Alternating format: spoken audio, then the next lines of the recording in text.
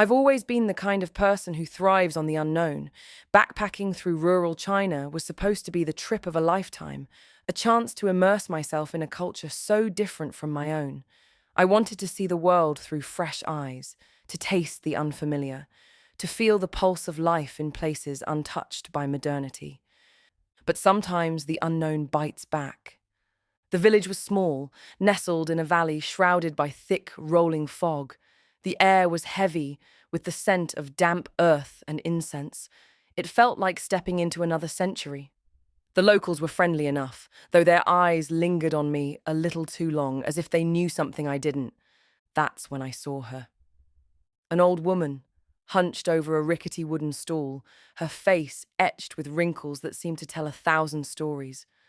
Her eyes, piercing, almost unnervingly sharp, locked onto mine as soon as I entered the market.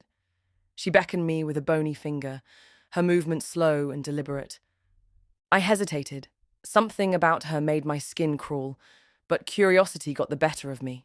I approached her stall, which was cluttered with trinkets and charms, tiny bells, carved figurines, and embroidered pouches. "For you," she said in broken English, holding out a small red bag. It was intricately embroidered with golden threads, the patterns swirling like smoke. "Oh no, I couldn't!"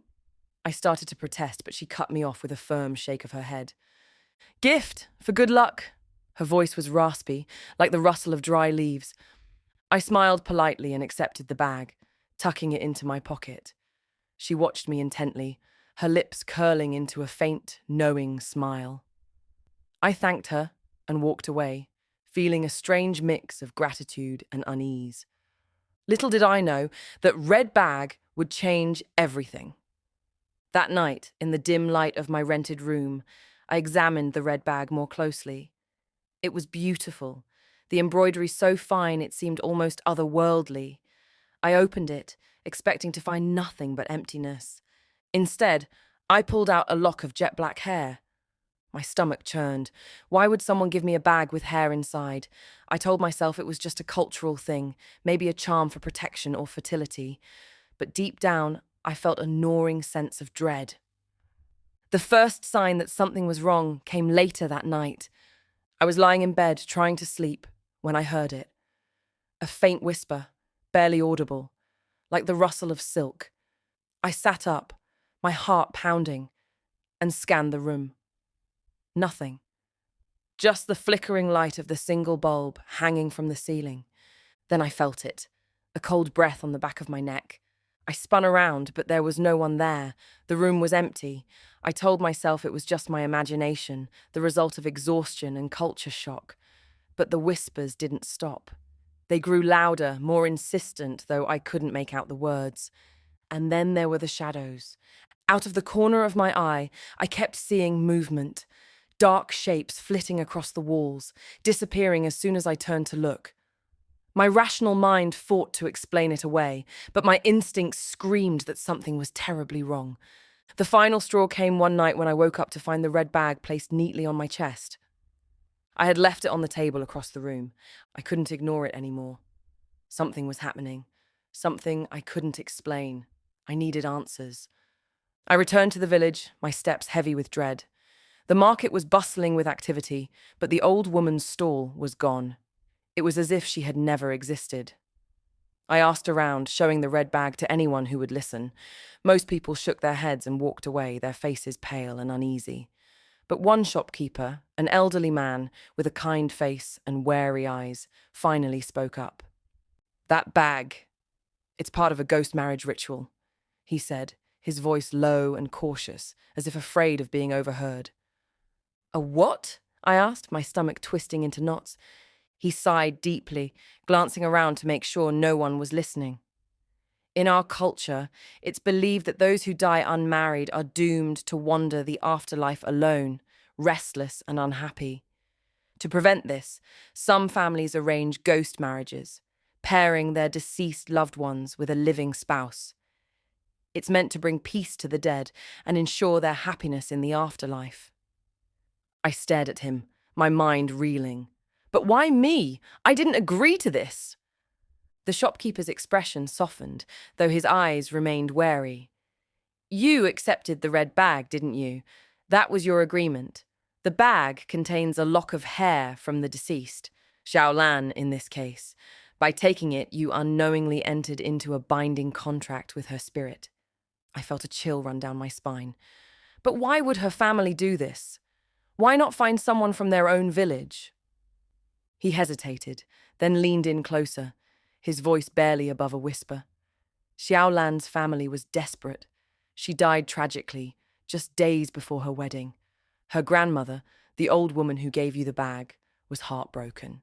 She believed that marrying Xiaolan to a living groom would give her peace. But these rituals, they're unpredictable. The outcome depends entirely on the nature of the spirit. What do you mean? I asked, my voice trembling. The shopkeeper's gaze grew distant, as if recalling something he'd rather forget. Some spirits are gentle, content to simply have a connection to the living. They bring no harm, and some even say they bring good fortune to their groom. But others are restless, filled with longing or anger. They grow possessive, clinging to their living spouse in ways that can be dangerous. It's not always clear which kind of spirit you're dealing with until it's too late. I swallowed hard, my mind racing. So, it could be fine, or it could be bad. He nodded slowly. Yes, it could be fine, but you must be cautious. Xiaolan's spirit is tied to you now, and her intentions may not be clear. If she is at peace, she may simply watch over you, content to have a bond. But if she is restless or angry... He trailed off, his expression grim. What happens then? I pressed, though I wasn't sure I wanted to know the answer. The shopkeeper's voice dropped to a whisper. Then she may try to claim you entirely. She could drain your energy, bring misfortune, or even take you with her to the afterlife. I felt a cold sweat break out on my forehead. How do I know which kind of spirit she is? He shook his head. You won't, not at first, but pay attention to the signs. If she is gentle, her presence will be subtle, a cool breeze, a faint scent, a feeling of being watched but not threatened. If she is restless, the signs will be more intense, whispers in the night, objects moving on their own, a sense of dread that grows stronger over time. I thought about the whispers, the shadows, the red bag appearing on my chest. My heart sank. The shopkeeper must have seen the fear in my eyes, because he reached out and placed a hand on my shoulder. There is still hope. If you treat her with respect, if you honor the bond, she may remain at peace. But if you feel her growing stronger, if the signs become more dangerous, you must act quickly. Find someone who can help you, a priest, a shaman, someone who understands these rituals. Do not wait until it's too late. As I left the shop, my mind raced with questions and fears. Why had I been so careless? Why hadn't I questioned the old woman's gift? And now, how could I possibly navigate this delicate balance between respect and self-preservation? But one thing was clear. I had to tread carefully. Xiaolan's spirit was tied to me, and her nature would reveal itself in time. Whether she would bring peace or peril, I couldn't yet say. But I knew one thing for certain. I couldn't afford to ignore her. At first, Xiaolan's presence was subtle, almost gentle. She appeared in my dreams, her face pale and beautiful, her eyes filled with an unbearable sadness. In those dreams, she showed me glimpses of her life, a young woman full of promise, her laughter echoing through sunlit courtyards, her wedding dress hanging untouched in her closet. She had been vibrant, full of life, eagerly anticipating her future. But that future was stolen from her, cut short by tragedy. In my waking hours, I felt her around me, a cold breeze on a still day, the faint scent of jasmine when there were no flowers in sight. At first, it wasn't frightening. It was almost comforting, in a strange way. She would whisper to me in Mandarin, her voice soft and pleading, like the rustle of leaves in the wind. "Help me," she would say. "Please, help me find peace." I began to feel sorry for her. She wasn't a monster, not then. She was just a lost soul, trapped between worlds, yearning for the life she had been denied. I started leaving offerings in my room, food, incense, even a small jade pendant I bought at the market. I tried to communicate with her, to let her know I wanted to help. One night, as I lay in bed, her voice came again, clearer than ever. "Honor our bond," she whispered, her tone soft but insistent. I sat up, my heart pounding. The room was dark, but I could feel her presence like a weight in the air. Fear gnawed at me, but guilt did too. She wasn't asking for much, just acknowledgement. Maybe if I honored her, she would leave me in peace. There were no further instructions, just the faint sound of her sigh like a breeze passing through the room. Over the next few days, I tried to learn more about her. I asked locals about ghost marriages, about the traditions and rituals involved.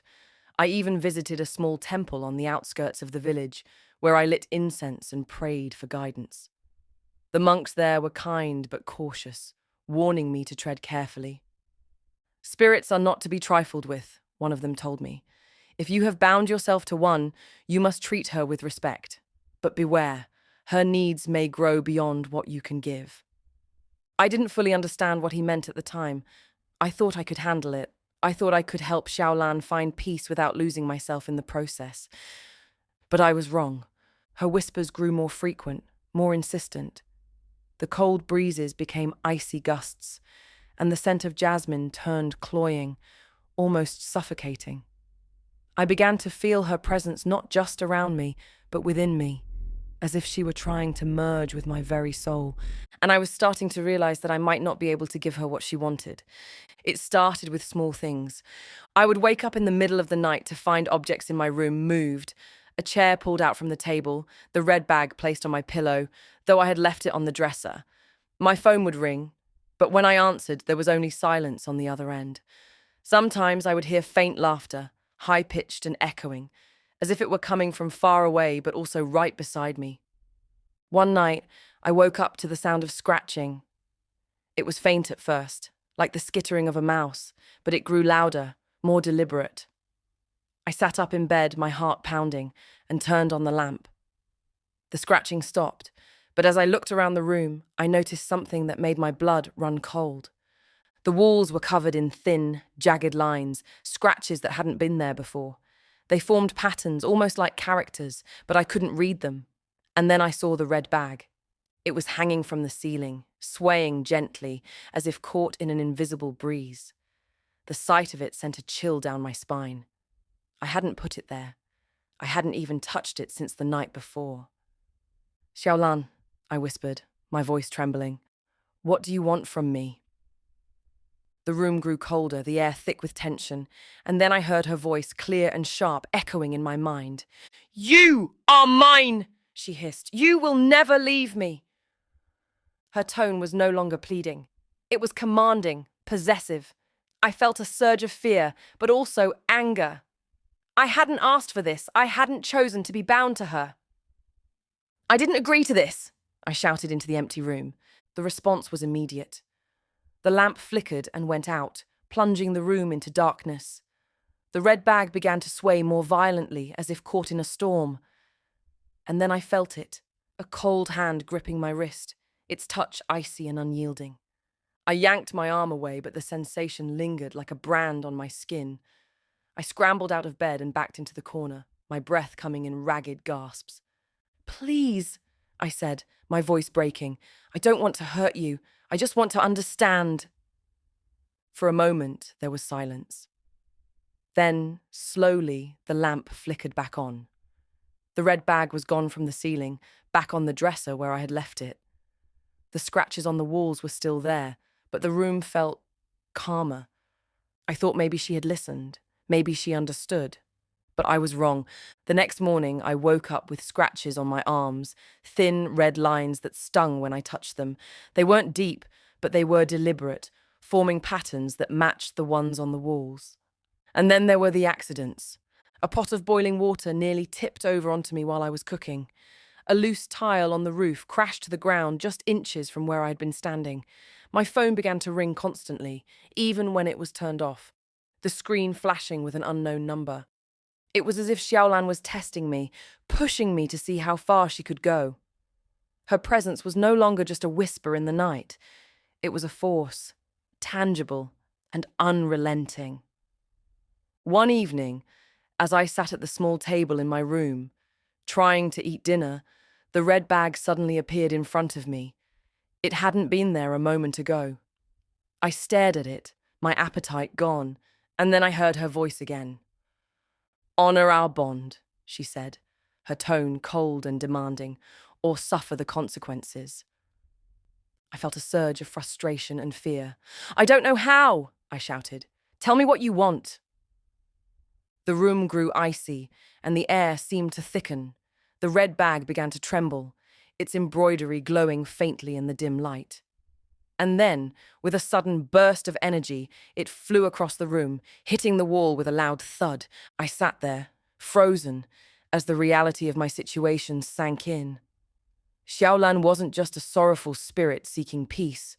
She was something far more dangerous, a force of nature driven by a desperate, possessive need, and I was trapped in her grasp. I couldn't live like this, constantly on edge, haunted by whispers and shadows, tormented by a spirit whose intentions had turned from sorrowful to sinister. I needed a way out. I asked around the village, hoping someone might know how to break the bond. Most people avoided the topic, their faces pale and uneasy, but eventually I was directed to a Taoist priest who lived on the outskirts of the village. He was an elderly man with a long grey beard and eyes that seemed to see right through me. When I explained my situation, his expression grew grave. "A ghost marriage," he said, his voice low and solemn. "These rituals are not to be taken lightly. The bond between the living and the dead is powerful, and breaking it will not be easy." "But it can be broken, right?" I asked, my voice tinged with desperation. He nodded slowly.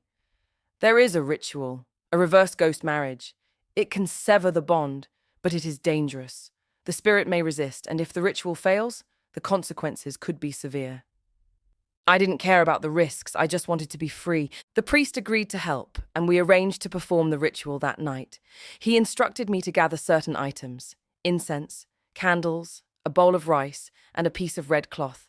I followed his instructions to the letter, my hands trembling as I prepared everything.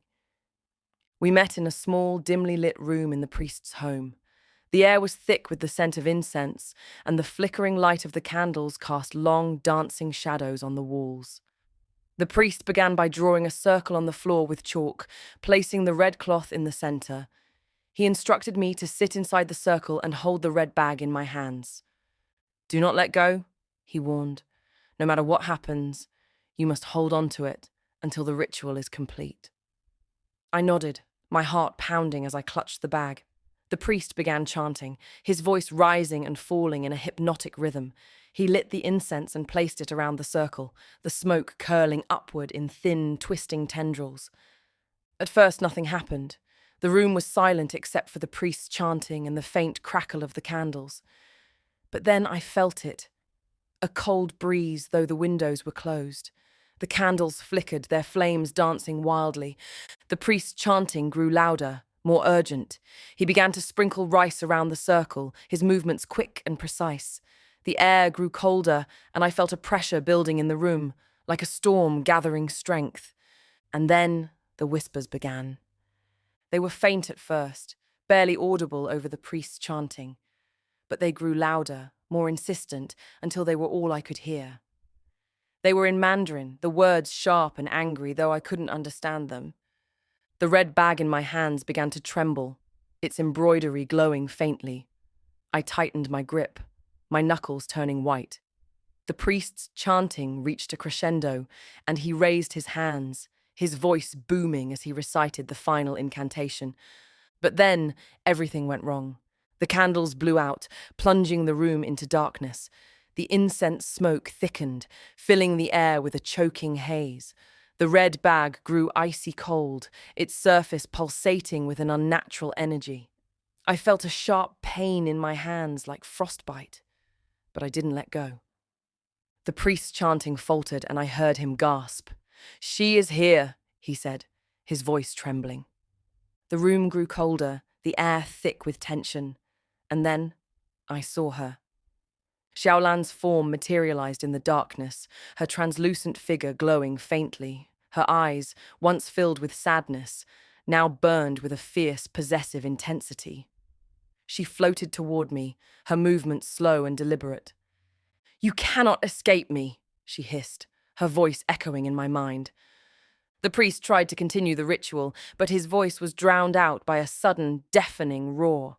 The room was filled with an icy wind, and the priest was thrown across the floor by an unseen force. He hit the wall with a loud thud and slumped to the ground, unconscious. I was alone with Xiaolan. She loomed over me, her form flickering like a dying flame. "You are mine," she said, her voice dripping with venom. "No ritual can break our bond." I felt a surge of panic, but I didn't let go of the red bag. I held onto it, my hands numb from the cold, my heart pounding in my chest. And then, with a sudden burst of energy, the red bag was ripped from my hands. It flew across the room, hitting the wall with a loud thud. The room fell silent, the wind dying down, the whispers fading away. I sat there, trembling, as the candles flickered back to life. The priest groaned and stirred, but he didn't get up. Xiaolan was gone, but the red bag was still there, lying on the floor, its embroidery glowing faintly. The ritual had failed. The priest eventually regained consciousness, but he refused to try again. "Her spirit is too strong," he said, his voice weak and trembling. "I cannot help you." I left his home that night, the red bag clutched in my hands. Xiaolan's spirit was still tied to me, and now I had no idea how to break the bond. One night, as I lay in bed, trying to ignore the cold breath on my neck, she appeared to me in a dream. But this was no ordinary dream. It felt real, too real. I was standing in a traditional Chinese courtyard, the air filled with the scent of blooming flowers. A young woman stood before me, her face pale but beautiful, her eyes filled with a mix of sorrow and longing. It was Xiaolan. "Do you see now?" she asked, her voice soft but insistent. "Do you see what was taken from me?" She reached out and took my hand, her touch cold but gentle. Suddenly, the scene around us shifted. I was no longer in the courtyard, but in a small village home. A wedding dress hung on a mannequin, its intricate embroidery shimmering in the sunlight. Xiaolan stood beside it, her face glowing with happiness. "This was supposed to be my life," she said, her voice trembling. "I was supposed to be married, to have a family, to grow old with the man I loved. But it was all taken from me." The scene shifted again, this time to a dark, rainy night. I saw Xiaolan running through the streets, her face pale with fear. There was a loud screech of tires, a blinding flash of headlights, and then nothing. Xiaolan was killed in a traffic accident. Tragically, the driver had lost control, and Xiaolan was in the wrong place at the wrong time and paid with her life. I woke up gasping, my heart pounding in my chest. The room was cold, and I could feel Xiaolan's presence lingering in the air. "Do you understand now?" her voice whispered in my mind. "I was robbed of my future. I was left alone, wandering in the darkness. But you can give me what I lost." Her words sent a chill down my spine. "I didn't ask for this," I said aloud, my voice trembling. "I didn't choose to be bound to you." There was a moment of silence, and then her voice came again, sharper this time. "You accepted the red bag. You accepted the bond. You are mine, Stefan, and I will not let you go." Her tone was no longer pleading. It was commanding, possessive. I felt a surge of fear, but also anger. "I'm not your husband," I said, my voice rising. "I'm not your anything.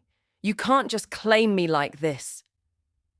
I felt a sudden pressure in the air, like a storm gathering strength.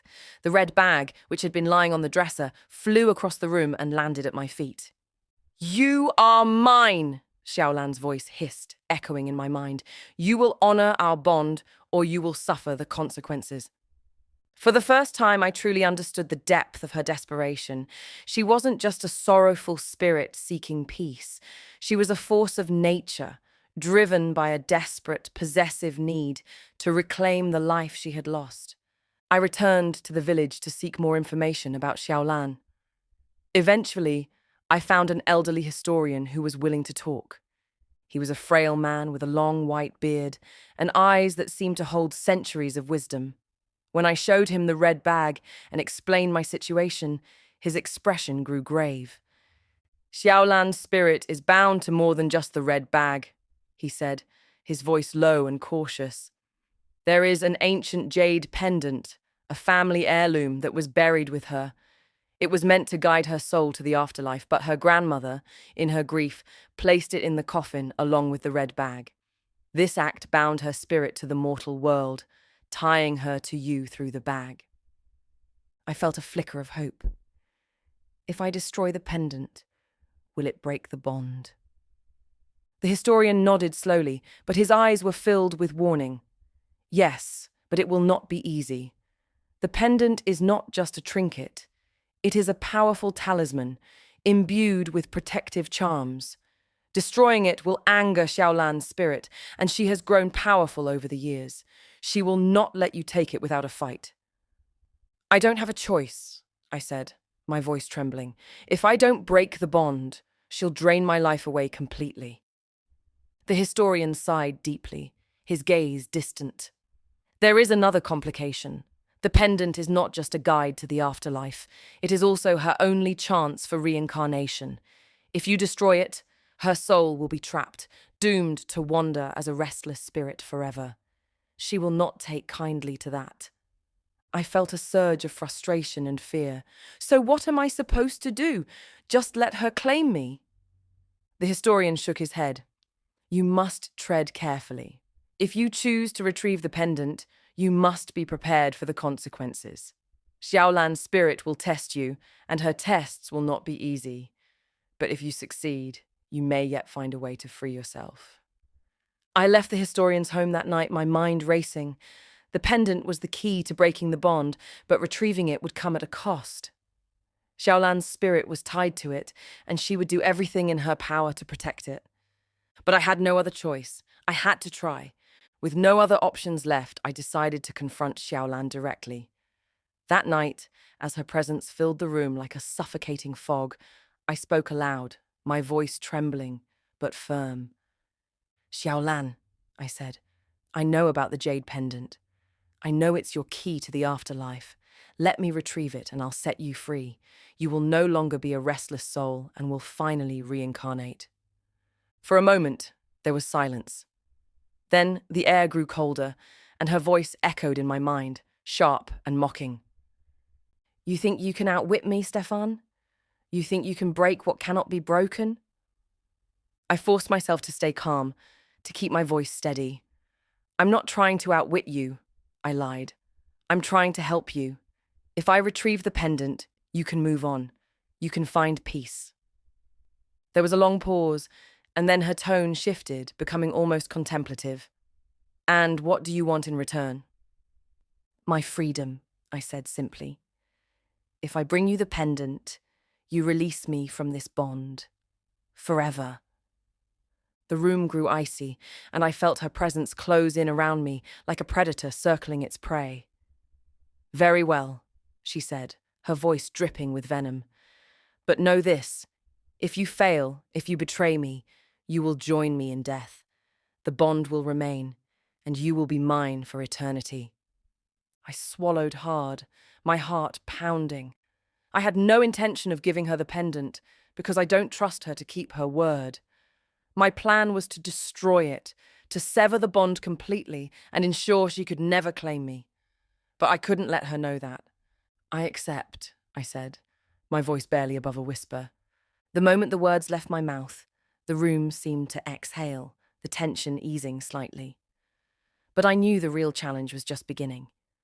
Retrieving the pendant would mean venturing into the heart of Xiaolan's domain, facing her tests and traps. And if I failed, if she discovered my true intentions, there would be no escape. The journey to Xiaolan's grave was a nightmare. The forest was alive with malevolent energy, the trees twisted and gnarled, their branches reaching out like skeletal fingers. The air was thick with fog, obscuring the path and making it nearly impossible to see more than a few feet ahead. Every step felt like a test, every shadow a threat. I could feel Xiaolan's presence around me, her whispers echoing in my ears, her cold breath on the back of my neck. She was watching me, testing me, waiting for me to falter. The historian had given me directions to her grave, but the forest seemed determined to lead me astray. The trees shifted and twisted, the path disappearing and reappearing in different places. It was as if the forest itself was alive, working against me. But I pressed on, driven by sheer desperation. Finally, after what felt like hours, I reached the clearing. It was small and overgrown, the grass tall and unkempt. In the centre stood a crumbling tombstone, its surface weathered and cracked. The air was thick with the scent of damp earth and decay, and the fog seemed to cling to the ground, obscuring everything but the tombstone itself.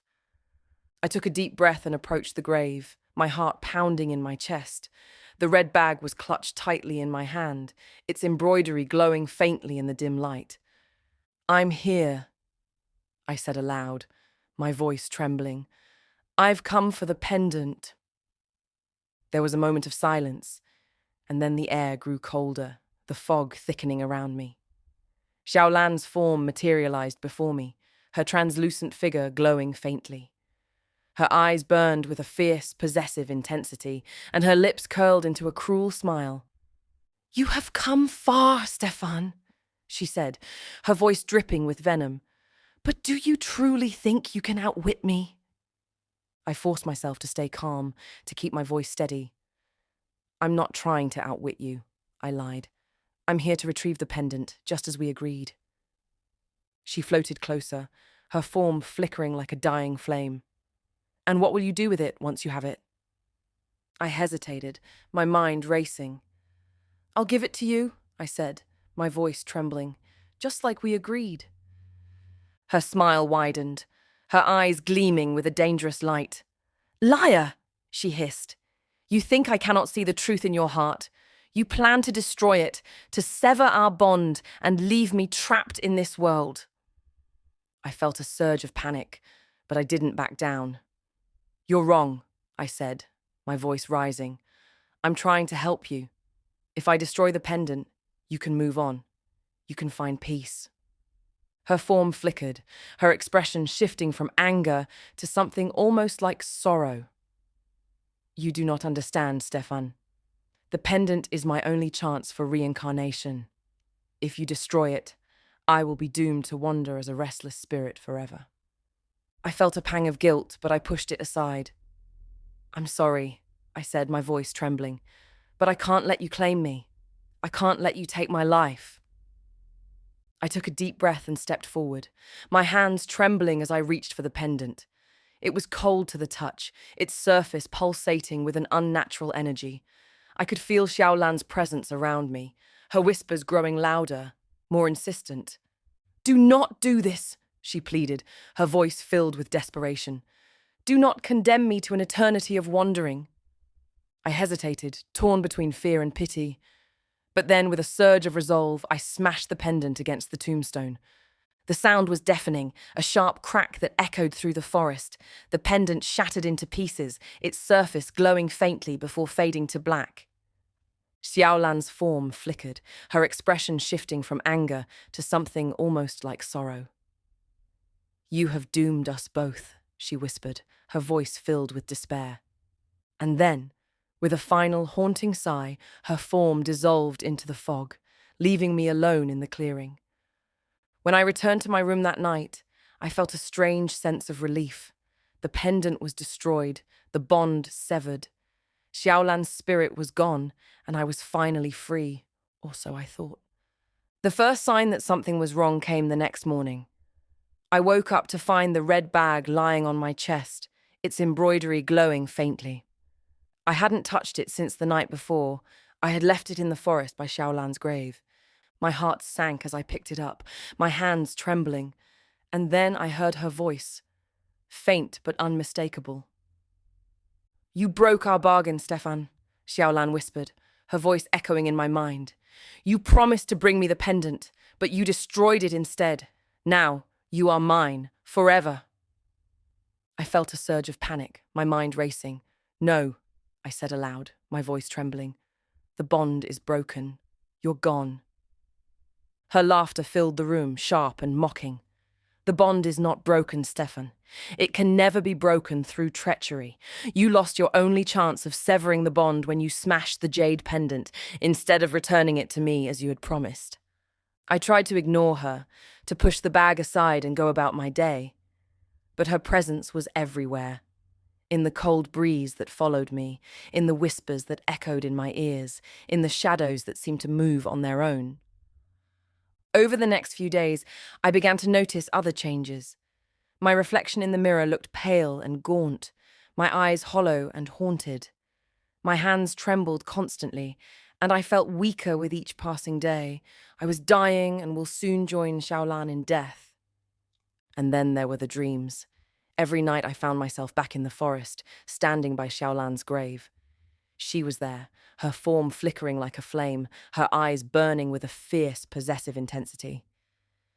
"You are mine, Stefan," she whispered, her voice filled with venom. "You will never escape me." I woke up gasping, my heart pounding in my chest. The red bag was always there, lying on my chest. I had made a terrible mistake. By breaking our bargain, I had given Xiaolan claim to my soul. She would never let me go. My death will finally bind the two of us irrevocably, as two restless spirits doomed to wander the earth for eternity.